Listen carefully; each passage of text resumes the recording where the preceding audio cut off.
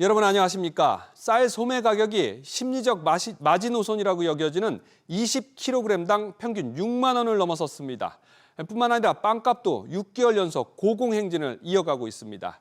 지표상으로는 소비자 물가가 안정돼 있지만 대표적인 먹거리들 왜 가격이 이렇게 치솟고 있는 건지 오늘은 이 소식부터 전해드리겠습니다.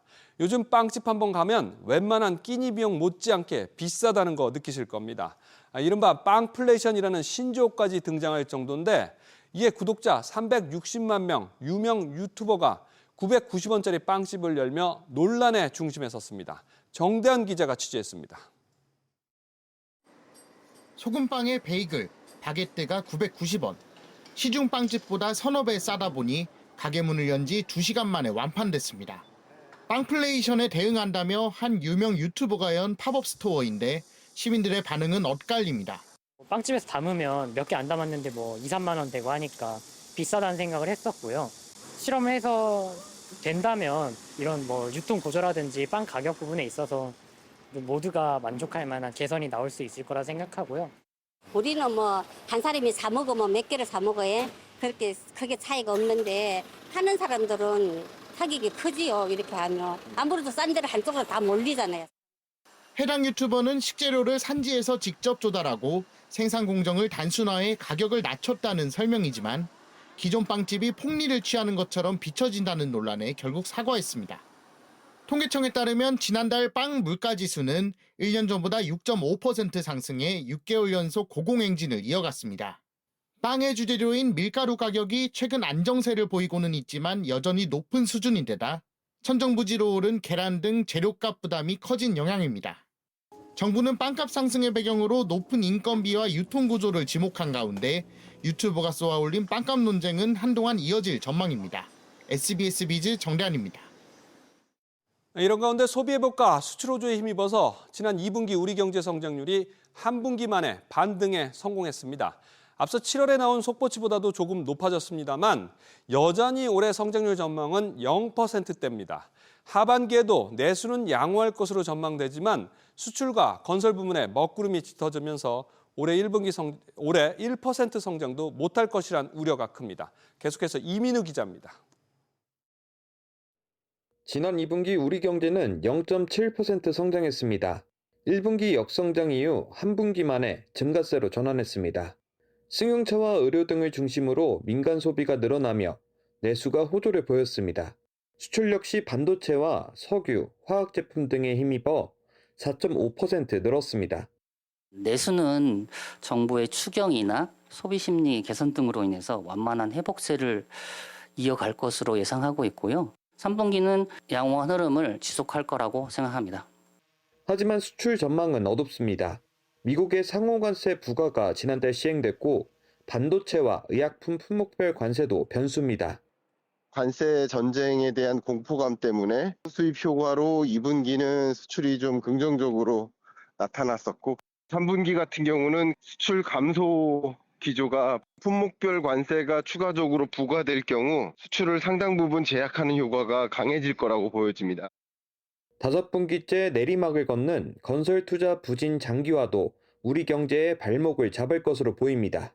건설 경기만 0%였다 그러면은 2.1이 될 가능성이 있을 정도로 건설 경기에서 이게 굉장히 지금 영향이 많이 받고 있어서요. 3, 4분기 말쯤 가면은 바텀을 칠 거다. 그리고 올라갈 거다. 이렇게 얘기하는데 경기 어떻게 되는지는 좀 봐야 될 것 같고요.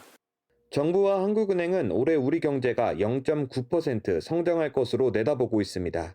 올해 성장률 전망치가 1%대를 넘어서기 위해서는 하반기 성장률이 0.7%를 넘어야 하지만 전망은 밝지 않습니다. SBS 비즈 이민우입니다. 올해 남은 기간 우리 경제 회복의 발목을 잡을 가장 큰 불안 요인은 미국발 관세 폭탄입니다. 지난 7월 말 한미 관세 협상 타결에도 불구하고 지난달에 대미 수출은 이미 12%나 급감하는 등 통상 리스크는 커지고 있습니다. 그래서 정부가 기업들의 관세 충격 대응 지원을 더 강화하기로 했습니다. 13조 원이 넘는 긴급 자금 지원과 역대 최대 규모의 무역보험 지원을 비롯해서 관세로 타격을 입은 수출을 내수 시장에서 만회하기 위해서 다양한 지원책도 마련했습니다. 이어서 조슬기 기자입니다. 내년에 휘발유차 등 내연기관차를 전기차로 바꿀 경우 최대 100만 원의 지원금이 더 나옵니다.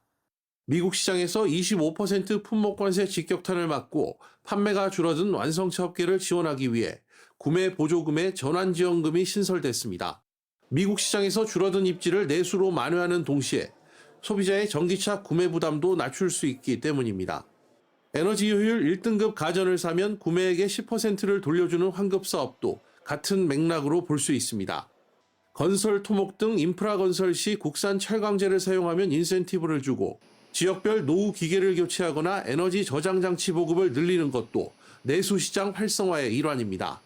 대미 관세 직격탄을 맞은 수출기업 직접자금 지원 방안도 마련됐습니다. 산업은행과 수출입은행 등 정책 금융기관을 통해 모두 13조 6천억 원 규모의 긴급자금이 지원됩니다.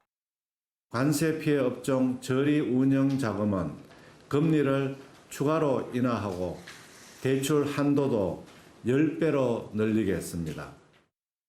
무역보험 규모도 기존 256조 원에서 역대 최대인 270조 원으로 확대됩니다. 중국발 공급 과잉과 50% 품목관세 부과 조치로 이중고를 겪고 있는 국내 철강 알루미늄 업계엔 5,700억 원 규모의 특별 금융 지원이 이뤄집니다.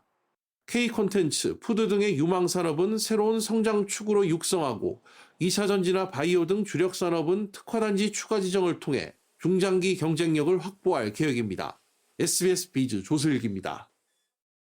정부는 경기를 살린다면서 확장 재정 기조로 전환했습니다. 문제는 정부 재정 건전성 악화인데 나라 비폭탄 시계도 빠르게 돌고 있습니다.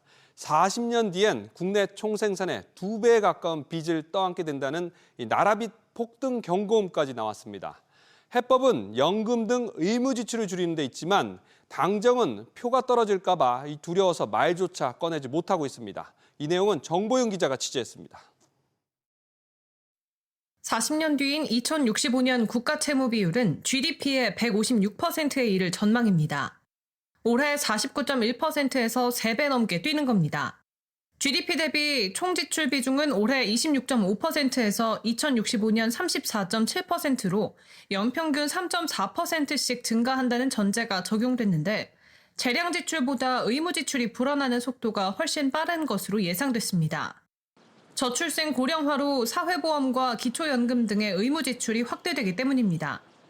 정부는 내년도 예산을 크게 늘리면서 과감한 지출 구조 조정을 약속했지만 의무 지출 같은 경우도 제도 개선 등을 통해서 지출 구조 조정 단계적으로 강하게 하면서 국민 여러분께서 걱정하시는 재정 건전성도 확보될 수 있다. 지출 구조 조정 우선순위로 꼽히는 굵직한 항목들은 정작 손도 못 댔습니다.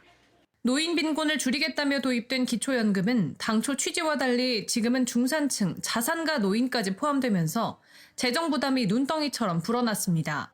내국세와 연동되는 교육교부금도 학령 인구가 급감하며 매년 잉여금이 쌓이고 있지만 정부는 구조조정 계획이 없다고 밝혔습니다. 필요성을 절감하면서도 내년 지방선거 등 표심을 의식한 것이라는 비판이 나옵니다. 나이 많은 분들의 표를 어떻게 할 거냐. 그리고 교육 공무원들과 그분들의 가족들만 해도 우리나라 몇십만 명일 텐데 그분들의 표는 또 어떻게 할 거냐. 이것들에 대해서 정치인들이 셈법을 하다 보면 결국 고양이 목에 방울 못 따는 일이 벌어지겠죠. 최근 5년간 의무 지출이 연평균 8.3% 증가했다는 것을 감안하면 정부가 가정한 의무 지출 증가율 4.1%도 너무 낙관적이라는 지적이 나오는 상황. 정부와 여당이 장기적인 계획을 세워 더 늦기 전에 반드시 손봐야 한다는 목소리가 커지고 있습니다. SBS 비즈 정보인입니다.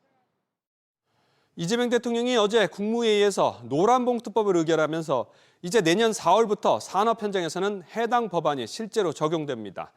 경영계는 노사관계가 혼란에 빠질 수 있다면서 법 시행에 따른 불확실성을 최소화해 줄 것을 호소하고 있는데요. 그런데 법이 시행되기도 전부터 핵심 수출 기업을 비롯해서 산업 현장 곳곳에서는 노조들이 강경투쟁에 나서면서 가을 파업 리스크가 전방위로 확산되고 있습니다. 계속해서 김연나 기자가 보도합니다. 김영훈 고용노동부 장관은 오늘 오전 경영계와 노란봉투법 간담회를 진행했습니다. 이재명 대통령이 어제 노란봉투법을 의결하면서 노사관계 훼손을 의식하며 교각사루를 범해선 안 된다고 강조했는데 이에 따른 후속 조치로 풀이됩니다. 하지만 재개 우려는 쉽사리 수그러들지 않았습니다. 원 하청 산업 생태계가 위협받고 산업 전반의 노사관계 부담이 커질 것이라는 걱정의 목소리가 끊이지 않고 있습니다. 실질적 지배력의 유무를 어떻게 판정하고 수많은 하청 노조와 교섭은 어떤 방식으로 돼야 하는지 교섭안에는 무엇인지조차 불분명한 상황입니다. 산업 현장에서는 추계 투쟁이 번지고 있습니다. 국내 최대 자동차 노조인 현대차 노조는 오늘부터 4일간 부분 파업에 돌입합니다. 현대차 노조는 6년 연속 무분규 기록을 깨고 사측과의 줄다리기에 들어갔습니다. 현대제철 비정규직지회도 원청업체인 현대제철과의 직접 교섭을 요구하며 집단 행동을 벌이고 있습니다.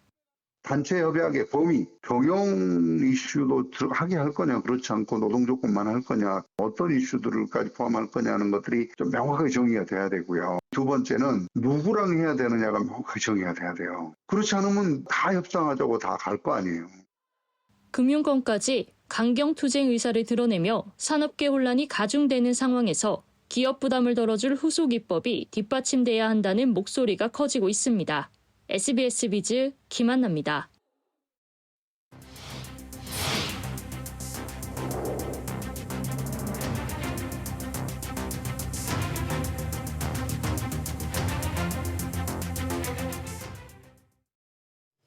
한국토지주택공사 LH는 과거 직원들의 땅 투기와 발주 아파트 철근 누락 등의 흑역사를 갖고 있습니다. 그럴 때마다 번번이 개혁안은 나왔지만 실제 변화는 크지 않았는데 이재명 정부에서도 또다시 수술대에 올랐습니다. 이번에도 실패한 개혁이 되지 않기 위해선 뭐가 필요한 건지 짚어보겠습니다. 먼저 유정현 기자입니다. 지난 2021년 한국토지주택공사 직원들이 내부 정보를 이용해 3기 신도시 사업지역에 땅 투기를 해 국민적 공분을 산 바 있습니다. 변창흠 당시 국토교통부 장관이 임명 약 3개월 만에 물러났고 LH는 고개를 숙였습니다.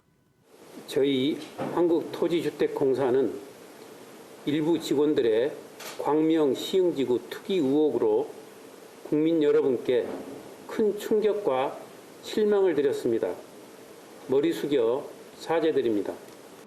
불과 2년 뒤 LH가 발주한 전국 102개 아파트 단지 중 20개 단지 아파트 기둥에 철근이 부족했다는 게 드러났습니다. 이 중 10개 단지 설계 용역에 LH 출신 인물들이 재직 중인 전관업체가 참여했다는 점도 밝혀졌고 LH는 또 사과했습니다. 국민의 생명과 안전을 이어가는 부실 시공으로 인해서 국민께 심려를 끼쳐드린 점에 대해 진심으로 송구스럽고 죄송하다는 말씀을 드리고 과거 정부도 LH 개혁안을 냈지만 미진했습니다. LH의 토지 주택 업무 분리 방안이 거론됐으나 실현되지 않았고 감축하겠다던 인력은 지난 2021년 8,900명보다 소폭 늘어 올해 9,000명을 넘겼습니다. 문재인 정부 때도 이미 LH에 대해서 해체 수준으로 개혁을 하겠다고 이제 그렇게 했음에도 불구하고 사실 별로 달라진 게 없습니다. 땅 투기, 철근 누락 등 각종 흑역사로 얼룩진 LH가 중대 기로에 놓였습니다. SBS 비즈 유정현입니다. 이재명 대통령이 LH 개혁을 두고 땅 장사하지 말라고 지적한 만큼 택지 매각 중심의 기존 사업 구조를 탈피해서 공공주도 개발을 확대하는 방향이 예상됩니다. 하지만 이 과정에서 오히려 조직의 몸집은 커질 수밖에 없어 보입니다. 가뜩이나 임직원 투기, 또 전관업체 비리 등 공정성에 대한 우려가 큰데 본래 취지에 역행하고 고향에게 생산을 맡기는 격이란 지적도 나옵니다. 이어서 윤지혜 기자입니다. 현재 한국토지주택공사 LH는 별도의 시행 담당 부서가 없이 본사와 지역본부가 역할 분담을 통해 사업을 추진하고 있습니다.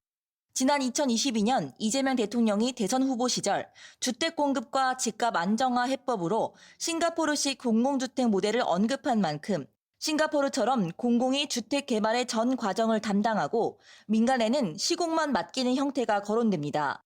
예컨대 LH가 3기 신도시 대부분의 택지 개발만 맡고 있다면 앞으로는 시공을 제외하고 주택 30만 호의 시행부터 공급까지 전부 맡게 되는 겁니다. 과거 인력 감축 개혁안 발표 이후 오히려 인력이 늘어난 상황인데 LH의 조직과 권한 자체를 키우는 꼴이 될 수 있습니다. 공기업이 시행사 역할을 한다는 것은 공사 시공은 물론 현장 운영에 필요한 사안들을 모두 살펴본다는 것이기에 관리하는 현장이 늘어날수록 계약직 등의 인력 중원도 필요해집니다. 국민의 세금으로 운영되는 LH가 예산을 확대하거나 부채 규모가 더 커지게 되면 장기간 사업을 지속할 수 있을지 우려의 목소리도 나옵니다. 공공사업이라는 게 손실이 불가피하다라고 보거든요. 왜냐하면은 임대료를 낮게 측정을 하거나 분양가를 낮게 해서 공급을 해야 되다 보니까 LH가 개발의 주체로 나서려고 한다라면 막대한 예산이 동반돼 줘야지 실현 가능성이 높아지지 않을까 그렇게 봐야 될 것 같아요. 지난해 LH 부채 규모는 160조 원으로 향후 5년간 최대 14조 원의 추가 적자가 예상됩니다. SBS BG 인지입니다.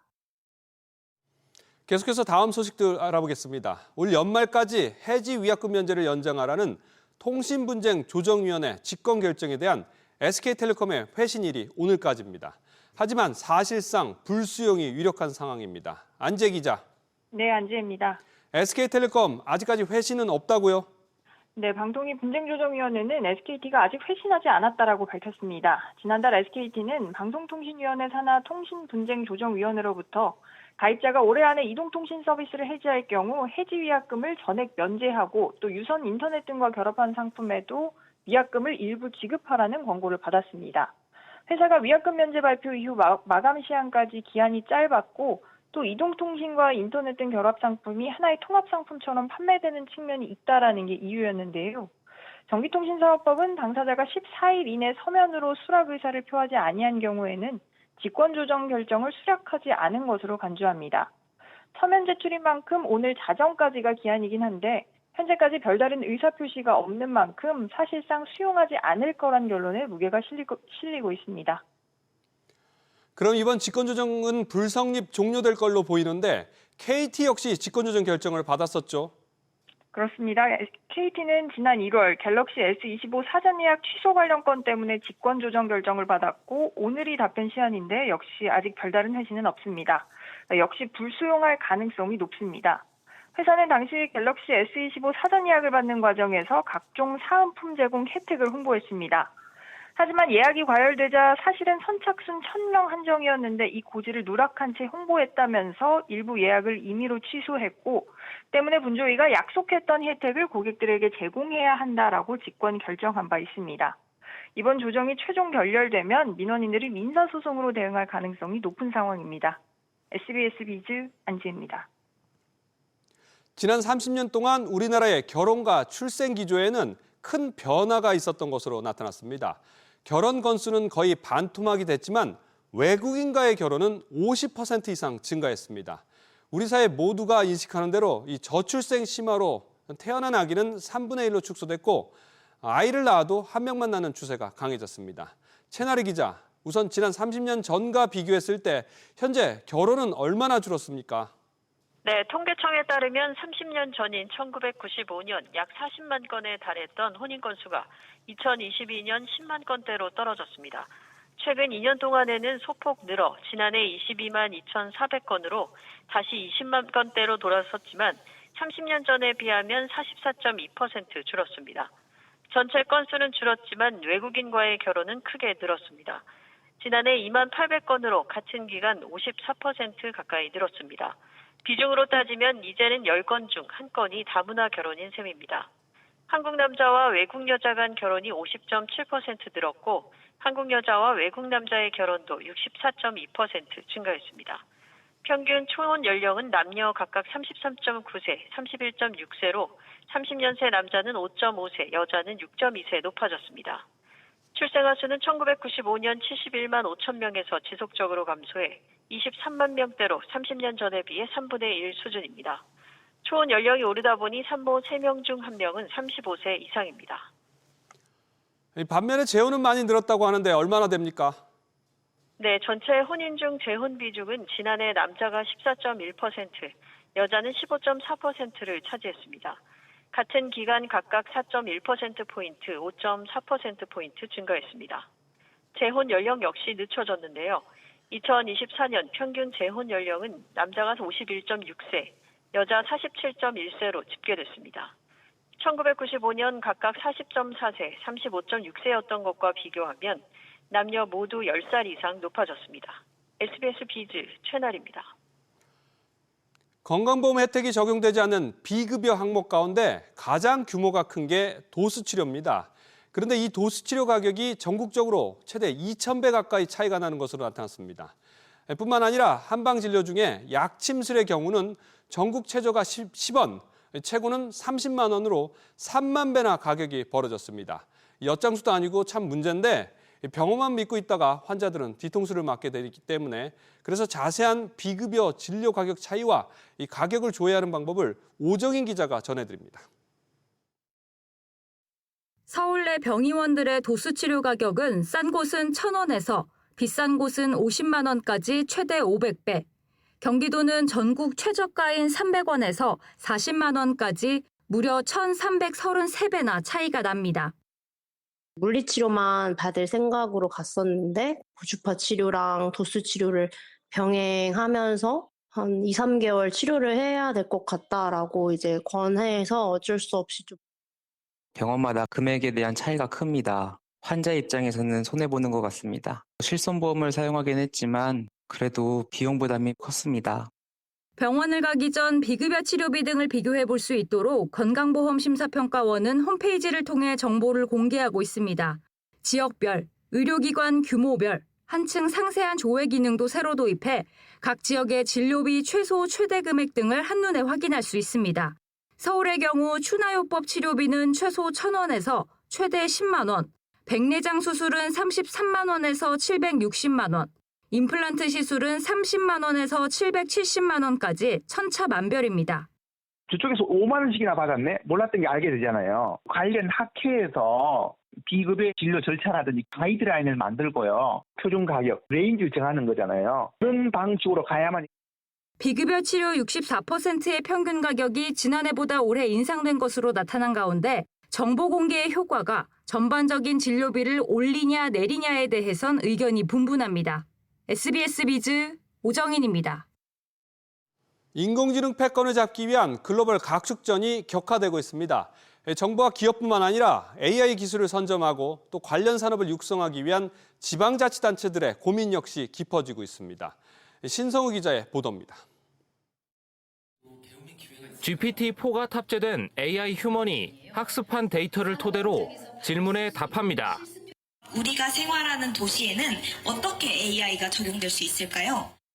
교통, 환경, 생활, 불편과 같은 도시 문제를 빠르게 찾아내고 정밀하게 해결할 수 있는 기반이 될 거예요. 단지 기술이 아니라 여러분이 살아갈 세상에서는 언어이자 함께 준비해야 할 미래의 기본이라고 생각해요.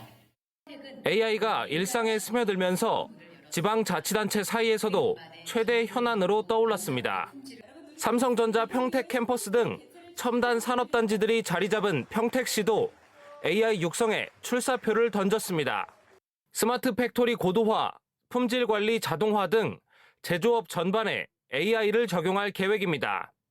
이를 위해 AI 실증센터 활용, AI 펀드, 바우처 사업 등을 추진합니다. 산업 전체, 전 공정에 AI가 접목될 수 있도록 저희가 연구하고 이런 것들이 어떻게 가장 효율성을 높일 것인가, 또 지원을 또 어떻게 평택시가 할 것인가, AI 관련 기업들도 우리 경기도와 같이 해서 계속 유치 작업을 합니다. 평택 카이스트 캠퍼스를 거점으로 AI 반도체 융합 연구 허브도 조성합니다. 공공행정에서 어떤 준비해야 되느냐, 제일 중요한 건 정보관리 체계를 확실하게 구축해야 될 것 같습니다. 꼭 올려야 될 정보와 올리지 말아야 될 정보에 대해서는 우리가 좀 정리가 반드시 필요합니다. 지자체들의 AI 육성 성패가 지역 경쟁력 강화와 국가 차원의 지역 균형 발전 달성을 가를 전망입니다.